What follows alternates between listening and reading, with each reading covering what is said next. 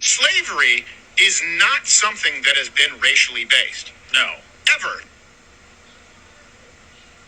Yeah, that's right. That's like completely right. This is one of the most obviously incorrect statements I have ever heard. First of all, if you check any historical document that mentions slavery, they also mention the African or black people.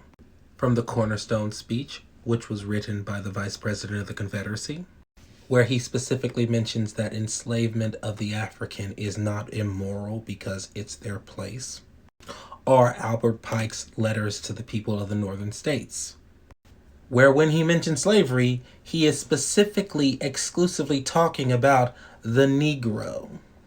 Because for the majority of the existence of slavery in America, it was exclusively African Americans. In fact, white people were never slaves in America. They were specifically not allowed to become slaves in America. Because in America, slavery was a race thing. Hence is why it's literally called racial slavery.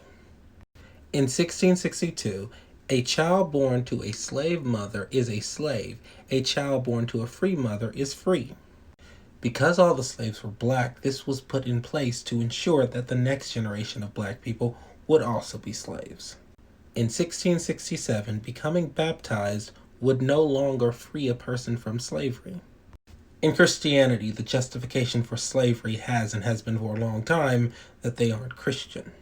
In fact, the Catholic Church made enslaving a person who was Christian a sin centuries before this. This was counteracted during the Spanish Inquisition by the concept of Christian blood. In fact, the origin of race in general comes in the Spanish Inquisition, whereby if a person didn't have Christian blood, you could treat them differently. You could enslave them. You could steal their lands. This was mostly used as a way to steal from Jewish people who had converted from Judaism to Christianity during the Inquisition.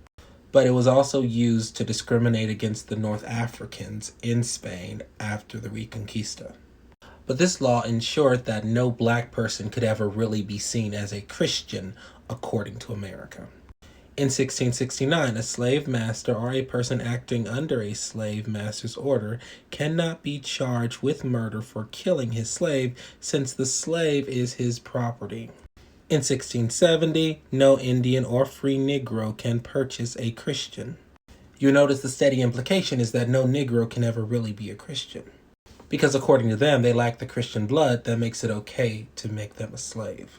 1670, all non-Christian servants shipped to the Virginia colony are declared slaves for life. And in their minds, blacks couldn't be Christian.